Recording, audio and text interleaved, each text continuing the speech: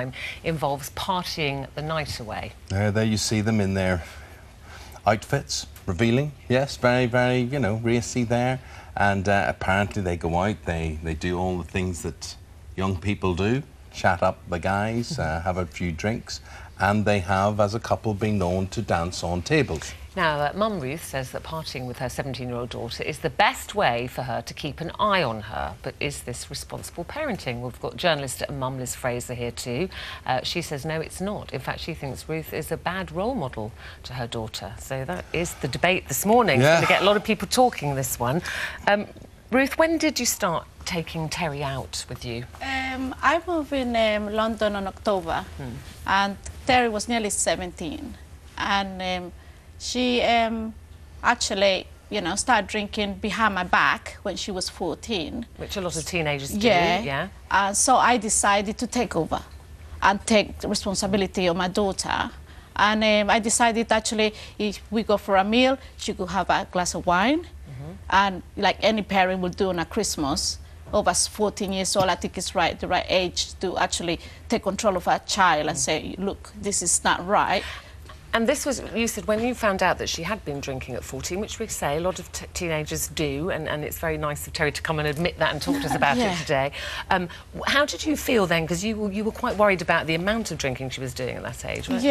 Yeah. So I took over, and the thing is that it was quite good because she did listen, and then I just started drinking with her. But from 14 till she was 16, she just drink at home, or you know, or we go out and I have a bottle of wine, and we go on the have a picnic or something like that. Be mature. And how much were you letting her drink? So from 14 to now, when you were at home, before you started going out together, what amount of alcohol would you let her have? It'd probably be like a glass or 2 glasses for dinner.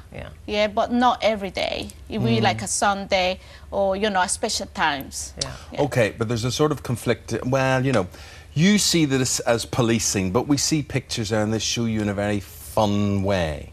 Yeah, the pictures that you saw with the Santa Claus, that was done on January, on nearly New Year's. Yes. So actually, Terry was nearly 17. It's still illegal to buy her drink. I mean, if you're outside, she's still under 18. But, you know, you seem to think, well, this is the only way you can handle this problem, isn't it? Well, me as a single mother, and being on my own, I have 3 children and 5 foster. So I always take control of my children to make sure that they're all right. The majority of my children, they're married, and she's my last one, So I'm taking over, make sure when she's 18 years old, then she can do whatever she like. But while she's in my care, she's not going to do nothing behind my back. Liz, that she's saying that's the only way to keep an eye on her, keep her safe, let her have the odd drink, but not do it to excess. It's interesting. I mean, you used the word "I've taken control," "I've taken over" many times when you've just been speaking, and actually we can't take control of our children and we can't take over. And I understand what you're trying to do. I think it's that, you know, your motivation is very good. You want to prevent bad things from happening to your daughter when she goes out drinking, but you seem to be doing it in a completely reverse logic way, rather than saying, I need to teach you better ways to be, I need to teach you to have fun without drinking 2 glasses of alcohol, you know, of wine before you go out, so we can stay in, we'll do something else, you know, we'll go out, we'll go play tennis together, or go and see some friends without drinking. Yeah, because that would be the way that a lot of parents would do it, and the way that most psychologists would advise that you do it. Instead of that, you're saying, here's a bad thing, which can lead to worse things. So instead of saying, let's not do that, you're saying, I'm going to go and do it with you. Do you see what I mean? It is a kind of reverse logic thing. And parents for years and years have been saying to their children, no, you shouldn't drink. We didn't take much children notice. Just do it behind, children do it behind your back. Of course they do. I did. I mean, the first thing I did when take control. Well, you got to be very careful. As a mother, as a responsible mother, I will take control of my child. I make sure my child is okay. Can I interrupt? Yeah. Of course. I'm just sitting here in silence. Basically, me and my mum, we still do everything what other parents do with their children. Like, we still go out and we still go swimming. We do normal things, but also containing that, we also go out and we also have fun. And I think that relationship's very important, especially at my age. Of course. Can I ask you something? Can I ask you, if you were to go out and not drink alcohol with your mother, with your friends, would you not be having fun? Would you have no fun? We would still have fun. OK. The alcohol doesn't make the fun. As long as we're together, we still have fun. But if she asks for it, I don't give it to her. Yeah, if she said to me, Mum, I want a glass of wine, and I'm drinking a glass of wine, and she's, you know... So your point is that you would rather be with... You'd rather be together so that you can keep an eye on her. But you don't see the point. Do you see the point that it would be better perhaps not to do that and to find other things to do together? Do you see my point? Actually, that actually she will do it behind my back. Oh, and my daughter not going to be safe. Yeah? What she's doing, anything could happen to her on the street. Can I just ask Terry? Yes. Do you feel that that Mum's theory is working? So do you think if you went out, you would drink without her, so you might as well drink with her, and she can make sure you don't do it to excess? Yeah, obviously until I'm 18, I get a choice until then, but it's more like I see it as I don't see anything wrong with it. I see it as a part. Is your mum being too soft with you? That's the thing. My mum has always had rules. There's always rules. Well, why don't you obey them? She doesn't want you to drink. No, I don't drink excessively. I don't drink all the time. It's not. I think that's come across wrong because I don't drink all the time. But I think Mum was worried that you might go down that road. When I was younger, I was doing it a lot. When I was younger, obviously behind my mum's back, and my mum obviously got worried, and she made sure, she was like, look, if you're going to drink, you're going to drink with me, or I don't mind, and I think that kind of helped me. Like now, I'm focusing on my future and stuff. Is it not embarrassing? You know, your mum's lovely and she's a beautiful woman, she's great fun. But is it not embarrassing being out at a club with your mum? No, because if anything, the people that ask me, they think it's good.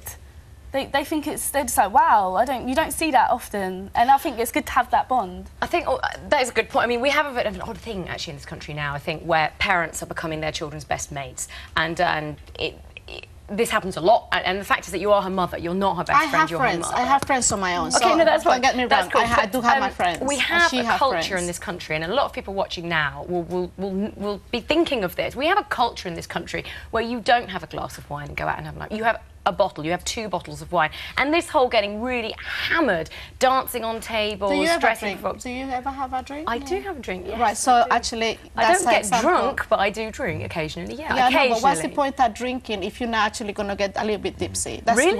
That's the point of getting. You must well. If you don't want to get tipsy, then don't drink. But wow, so you drink alcohol, and you're teaching your daughter that you drink alcohol in order to feel tipsy and to become drunk. No, if not, we won't do it. Yeah. If actually we won't enjoy it. Yeah, exactly. The part of having a drink is to enjoy it. Yeah. The taste. And that's why. That's why we take it. Liz, also here is a mum who enjoys being with her daughter. Yes. And her intentions seem good. Until she's 18. But we had a government advisor, Professor Tanya Byram, last week, whom I know very well, who talked about this culture of becoming your child's best friend instead of their parent. What are the dangers we as a society could be storing up by doing that? It's very interesting, and it's very difficult for me sitting next to you two because you clearly get on very well, and so I feel actually very bad criticising that because you do you seem to have a very good relationship. But the reason, for example, Tanya Byron is writing about this, the reason I've written an entire book about it, the reason psychologists talk about it is because if as a parent-child relationship, you become on an equal level. What that does to the child is there is no figure of authority, there is no boundary, and there is no person who actually, the line stops here. I'm actually fairly sure, just looking at you, that you're quite a tough parent. She goes to school, but she does everything I understand that. But growing up, children need an authority figure, and there is a theory which says that part of many of the problems that we have in our culture and our society now is because children have not been raised to have somewhere, one, look, I'm your mother, that's good enough. Oh, no, because I'm your mother. And I would imagine that is there from here. But you asked the question, and that's why. And so there is a creeping tendency now. Actually, also, I think a lot of people who become single parents want to go out again and start having that life and going out and getting drunk and meeting people. I've been a single parent for nearly 16 years, and I have 8 children, and not all of my children I acted the same. Every single one was different. We've got everybody talking about this today. Stephen standing by in the hub to take the questions and queries. Thank you so much for discussing it so openly. It was interesting to hear Liz saying, I'm the parent, I'm the one in charge. That would work with me. That would not work with you, I don't think.